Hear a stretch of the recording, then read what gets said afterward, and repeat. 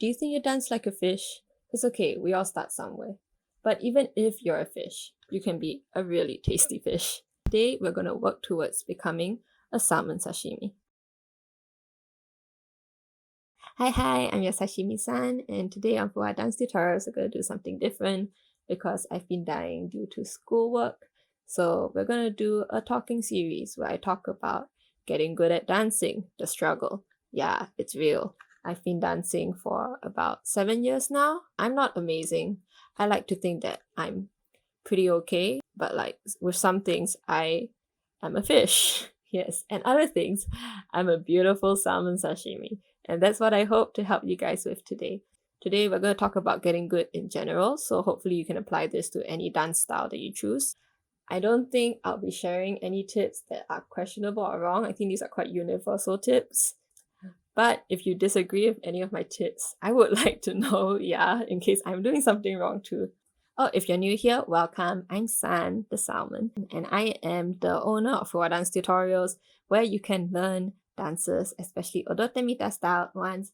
So if you're interested in learning odotemita style dances, then you can give this channel a subscribe and like the videos so I know what you like.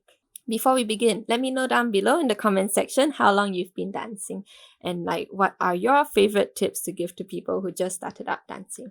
I too was a self-taught dancer, just like you probably. And when I started out, I was dancing by myself. I would just copy the dances that I saw in the odotemita videos. And I think that's how a lot of odotemita people start out. I didn't interact with any other dancers for 2 years. So I know what it feels like to be alone in this hobby. Yeah, but dancing with other people is really fun. And over the 7 years, I've gotten to know a lot of people and gotten a lot of nice advice. So I am here. I'm your companion for you if you live in the middle of nowhere with no one that's interested in the same things that you are. Hey, let's go to tip number 1. Learn to count. If you learn music, that's great. You already know how to count.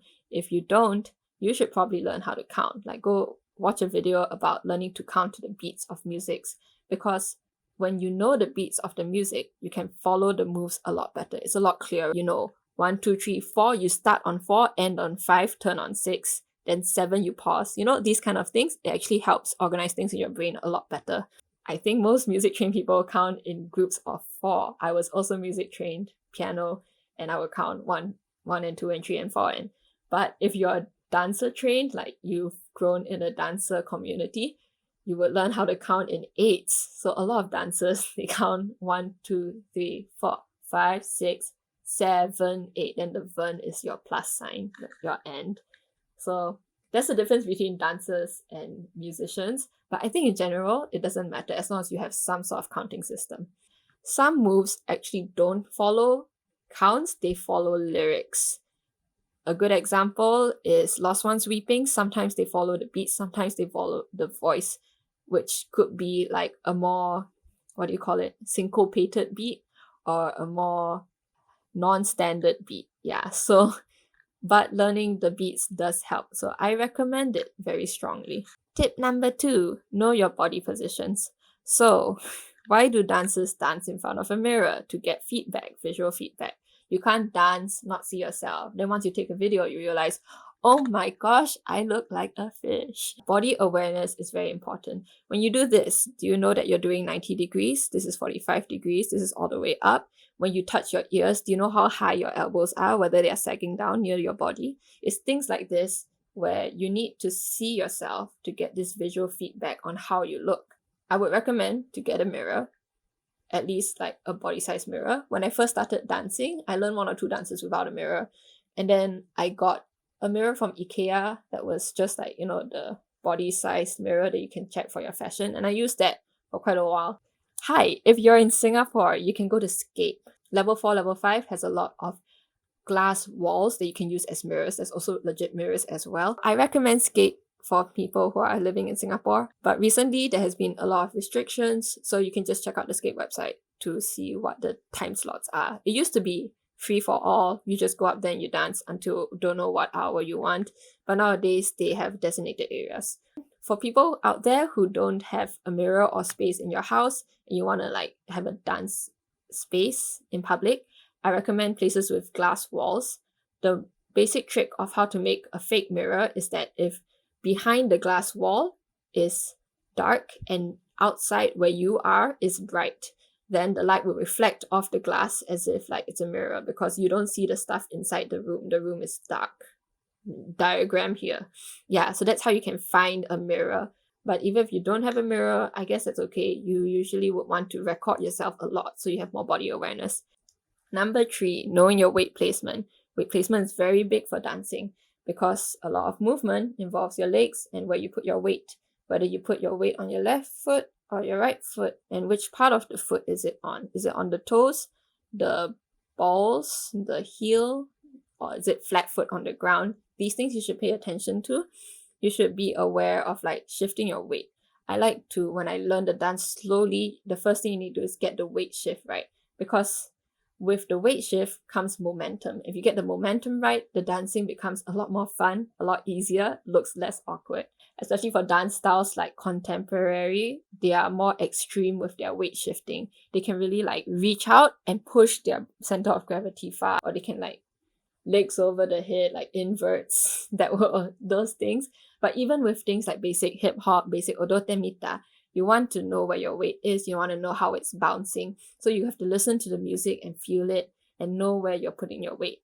If you're learning from a dance video and you don't know where their weight is, usually you match where their foot is directed at, the direction that they're placing their foot, you have to match that. Also look at their knees, which direction is their knee pointing and how bent it is. And usually when you copy that exactly, you can kind of feel where their weight is at.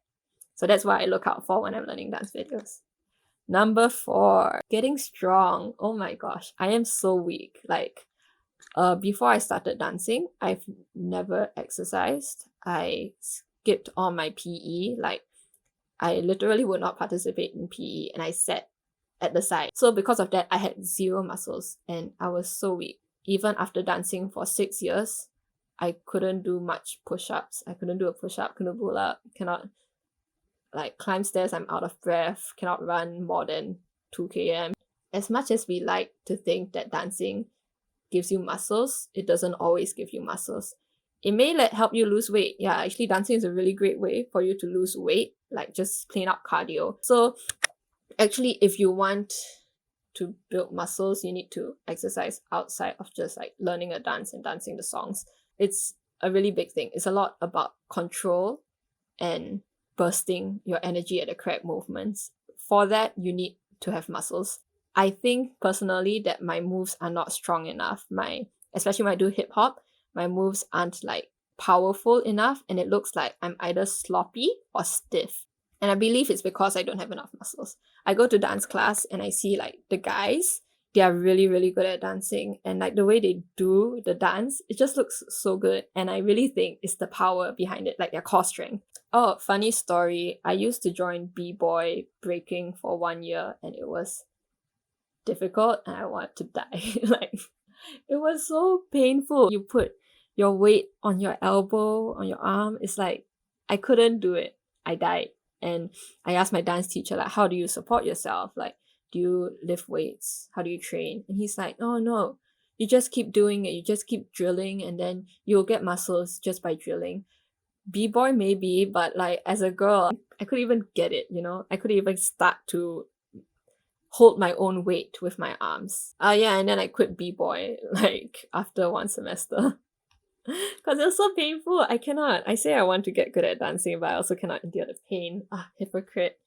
So don't worry if you don't exercise. I'm in the same boat as you and I'm trying. I'm trying really hard. Like now and then I'll try and run. I can only run maybe 1.6 km before I need to walk.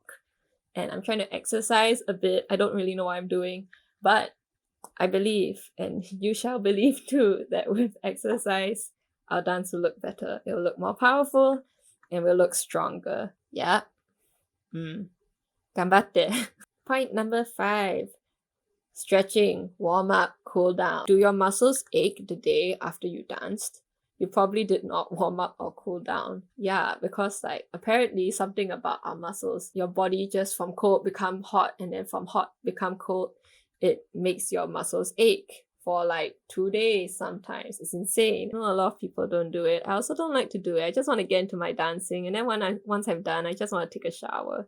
But yeah, we must all put in that effort to warm up and cool down, and to stretch, to be more flexible. Yes, I know some ballerinas, they stretch like crazy. You can see their feet or their like thighs, and then it's really crazy. It's okay, you just need to do enough stretching for yourself. You know, don't go overboard. You don't need to learn how to do a full split unless you already can. It's not the goal of doing a full split.